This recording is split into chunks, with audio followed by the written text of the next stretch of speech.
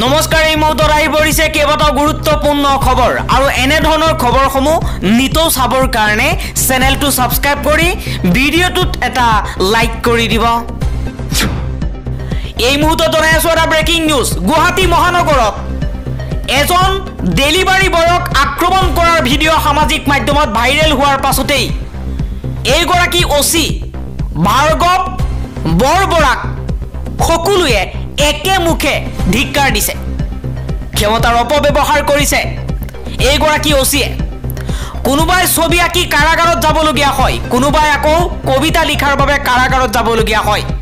তেনে ক্ষেত্ৰত এগৰাকী ডেলিভাৰী বয়ক ৰাজহুৱাকৈ গুৱাহাটী মহানগৰৰ মাজমজিয়াত এজন ওচিয়ে প্ৰহাৰ কৰাৰ পিছত শাস্তি কেৱল মাত্ৰ নিলম্বন নেকি? ডিজিপি জিপি সিঙক এই প্ৰশ্ন কৰিছে আপৰ নেতা ৰাজেশ শৰ্মাই। হিমন্ত বিশ্ব শৰ্মা মুখ্যমন্ত্ৰী হোৱাৰ পাছৰ পৰাই অসম আৰক্ষীয়ে অধিক ক্ষমতা পায়, যি মন যায় তাকেই কৰি আছে। মুখ্যমন্ত্ৰী হিমন্ত বিশ্ব শৰ্মাই কৈছিল যে আৰক্ষী হোৱাৰ পাছত ৰাইজৰ বাবে কাম কৰিব লাগিব। আজি আৰক্ষী বিষয়া ভাৰ্গৱ বৰবৰাই ওচি হোৱাৰ পাছতেই এইদৰে খাটি খোৱা ডেলিভাৰী বয়ক উপৰ্যুপৰি আক্ৰমণ চলালে।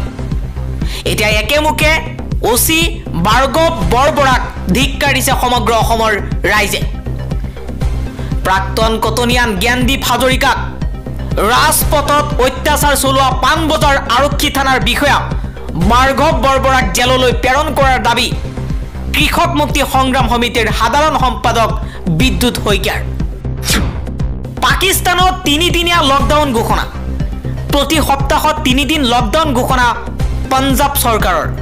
শুকুৰবাৰ, শনিবাৰ আৰু দেওবাৰে লাহোৰ, মুলতানত লকডাউন। ভয়ংকৰ বায়ু প্ৰদূষণৰ বাবে লাহোৰ, মুলতানত লকডাউন ঘোষণা কৰা হৈছে। বৰ্তমান সামগ্ৰিক AQIৰ স্তৰে অতিক্ৰম কৰিছে 2000ৰ ঘৰ। পাকিস্তানৰ পঞ্জাব চৰকাৰে জাৰি কৰিছে স্বাস্থ্যৰ জৰুৰীকালীন অৱস্থা। লগতে বিদ্যালয় বন্ধৰো নিৰ্দেশনা দিছে চৰকাৰে।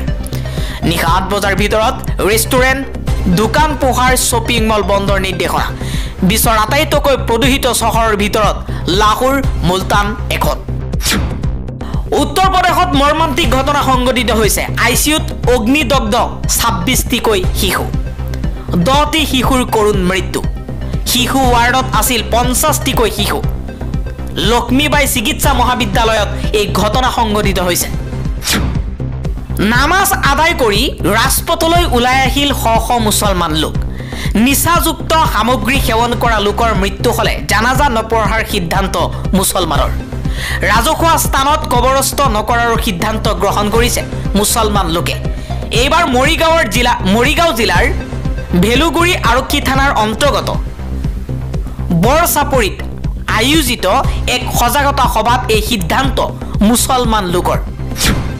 10 কুকি উগ্ৰপন্থীৰ মৃতদেহ নিবলৈ আহি শিলচৰ চিকিৎসা মহাবিদ্যালয়ত উত্তপ্ত পৰিস্থিতি। আৰক্ষীৰে কুকি লোকৰ হতাহতি। পৰিস্থিতি নিয়ন্ত্ৰণৰ বাবে আৰক্ষীৰ লাঠি চালনা। এতিয়াৰ পৰা নাবালিকা পত্নীৰ সৈতে সন্মতি সাপেক্ষে স্থাপন কৰা যৌন সম্পৰ্কও ধৰ্ষণ হ'ব। বম্বে উচ্চ ন্যায়ালয়ৰ ফালৰ পৰা এই নিৰ্দেশনা দিয়া হৈছে। নাবালিকা পত্নীৰ সন্মতি সত্ত্বেও যৌন সম্পৰ্ক স্থাপন কৰাটো ধৰ্ষণ। বম্বে উচ্চ ন্যায়ালয়ৰ নিৰ্দেশনা। বম্বে উচ্চ ন্যায়ালয়ৰ নাগপুৰ বিচাৰপীঠে এটা গোচৰৰ শুনানি গ্ৰহণ কৰি এই নিৰ্দেশনা গৃহীত কৰে। এগৰাকী পত্নীয়ে স্বামীৰ বিৰুদ্ধে ধৰ্ষণৰ এজাহাৰ দাখিল কৰে, যাৰ প্ৰতি লক্ষ্য ৰাখি নিম্ন আদালতে ব্যক্তিজনক 10 বছৰৰ কাৰাদণ্ড বিহে। উচ্চ ন্যায়ালয়ৰ বিচাৰপীঠে সেই ৰায়ক সমৰ্থন কৰে। ন্যায়াধীশ GA সোনাপে কয়, 18 বছৰৰ ওপৰৰ বয়সত কেৱল পত্নীৰ সৈতেহে যৌন সম্পৰ্ক কাৰ্যকলাপত লিপ্ত হ'ব পাৰিব। তাৰ আগতে পত্নীৰ সন্মতিৰ ওপৰত একো নিৰ্ভৰ নকৰে। 18 বছৰৰ তলৰ নাবালকৰ লগত যৌন সম্পৰ্ক স্থাপন কৰিলে ধৰ্ষণ বুলি গণ্য কৰা হয়, বিয়া হওক বা নহওক। উচ্চ ন্যায়ালয়ে এই কথাও জোৰ দিয়ে যে সন্মতিসূচক যৌন সম্পৰ্কৰ কোনো প্ৰতিৰক্ষা নাই। 18 বছৰৰ ওপৰৰ বয়সলৈকে পত্নী বা যিকোনো ছোৱালীৰ সৈতে যৌন সম্পৰ্ক গঢ়িলে ধৰ্ষণ বুলি গণ্য কৰা হ'ব।